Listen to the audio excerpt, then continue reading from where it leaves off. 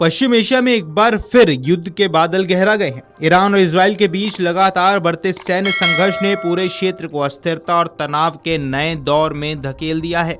दोनों देशों के बीच हाल ही के दिनों में जिस तरह से मिसाइल हमले, एयर स्ट्राइक और जवाबी सैन्य कार्रवाई तेज हुई है, उसने अंतर्राष्ट्रीय समुदाय की चिंता बढ़ा दी है। हालात इतने गंभीर हो गए हैं कि भारत सरकार को भी अपने नागरिकों की सुरक्षा को लेकर अब विशेष एडवाइजरी जारी करनी पड़ी है। तेहरान स्थित भारतीय दूतावास ने भारतीय नागरिकों के लिए हाई अलर्ट करते हुए साफ शब्दों में कहा कि कोई भी भारतीय नागरिक फिलहाल ईरान की यात्रा ना करे। साथ ही जो भारतीय नागरिक, छात्र, कारोबारी या अन्य लोग इस समय ईरान में मौजूद हैं, उन्हें उपलब्ध साधनों का इस्तेमाल करते हुए जल्द से जल्द देश छोड़ने की सलाह दी गई है। दूतावास ने कहा कि मौजूदा परिस्थितियां तेजी से बदल रही हैं और सुरक्षा स्थिति बेहद संवेदनशील बनी हुई है। भारतीय दूतावास की चेतावनी ऐसे समय पर सामने आई है जब ईरान और इजराइल के बीच तनाव चरम पर पहुंचता हुआ नजर आ रहा है। पिछले कुछ दिनों में दोनों देशों ने एक दूसरे के खिलाफ कई सैन्य कार्रवाइयां की, जिसने पूरे क्षेत्र में युद्ध का खतरा और ज्यादा बढ़ा दिया। विशेषज्ञ मानते हैं कि यदि स्थिति जल्दी नियंत्रित नहीं होती है तो संघर्ष केवल दो देशों तक सीमित नहीं रहेगा, बल्कि पूरे मध्य पूर्व को अपनी चपेट में ले लेगा। सोमवार को भी दोनों देशों के बीच भारी तनाव देखने को मिला। इजराइल और ईरान के एक दूसरे के खिलाफ जवाबी हमले के बाद पहले से लागू युद्ध विराम व्यवस्था लगभग टूट चुकी है। पिछले 24 घंटों के दौरान कई महत्वपूर्ण शहरों और रणनीतिक ठिकानों को निशाना बनाया गया है। दोनों देशों की ओर से मिसाइलों और ड्रोन हमलों की खबरें सामने आई हैं, जिसने आम नागरिकों के बीच भय और अनिश्चितता का माहौल बना दिया है।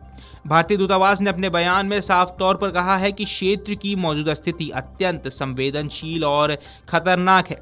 सुरक्षा हालात किसी भी समय और खराब हो सकते हैं, इसलिए भारतीय नागरिकों को अतिरिक्त सतर्कता बरतने, स्थानीय प्रशासन के निर्देशों का पालन करने और अनावश्यक यात्रा करने से बचने की सलाह दी गई है। दूतावास लगातार हालात पर नजर बनाए हुए है और जरूरत पड़ने पर आगे की नई सलाह भी जारी कर सकता है। अब विशेषज्ञ मानते हैं कि मौजूदा तनाव की शुरुआत उस समय हुई जब इजराइल ने रविवार को लेबनान की राजधानी बेरूत के दक्षिणी हिस्से में एयर स्ट्राइक की। ये इलाका लंबे समय से ईरान समर्थित समूहों का गढ़ माना जाता रहा है। इजराइल का दावा था कि उसने खतरे को देखते हुए ये कार्रवाई की है। हालांकि इस हमले के बाद हालात तेजी से बिगड़ने लगे। ईरान ने इसे गंभीर उकसावी कार्रवाई बताते हुए जवाबी हमला किया और इजराइल की ओर से कई मिसाइलें भी दागी गई।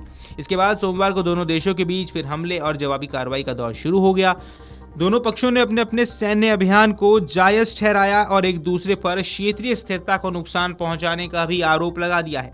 तनाव उस समय और ज्यादा बढ़ गया जब ईरान समर्थित हूती विद्रोही ने लाल सागर में इजरायली जहाजों को निशाना बनाने और उनके आवागमन को रोकने की घोषणा कर दी। हूती समूह के इस बयान ने वैश्विक व्यापार जगत की चिंता भी बढ़ा दी है।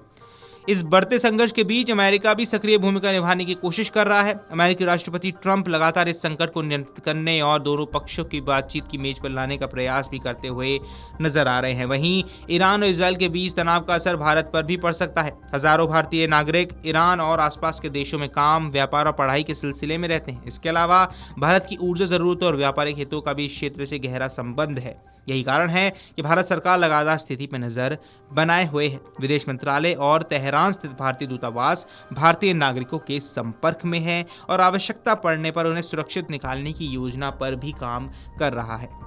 फिलहाल पूरी दुनिया की नजरें इस बात पर टिकी हैं कि क्या कूटनीतिक प्रयास इस संघर्ष को रोक पाएंगे या फिर पश्चिम एशिया एक बड़े युद्ध की ओर बढ़ रहा है।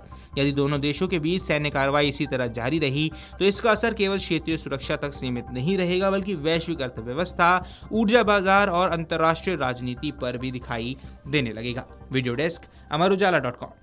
अगर आप ये वीडियो YouTube पर देख रहे हैं तो हमारे चैनल को सब्सक्राइब कर बेल आइकन दबाएं और Facebook पर देख रहे हैं तो हमारे पेज को लाइक करें।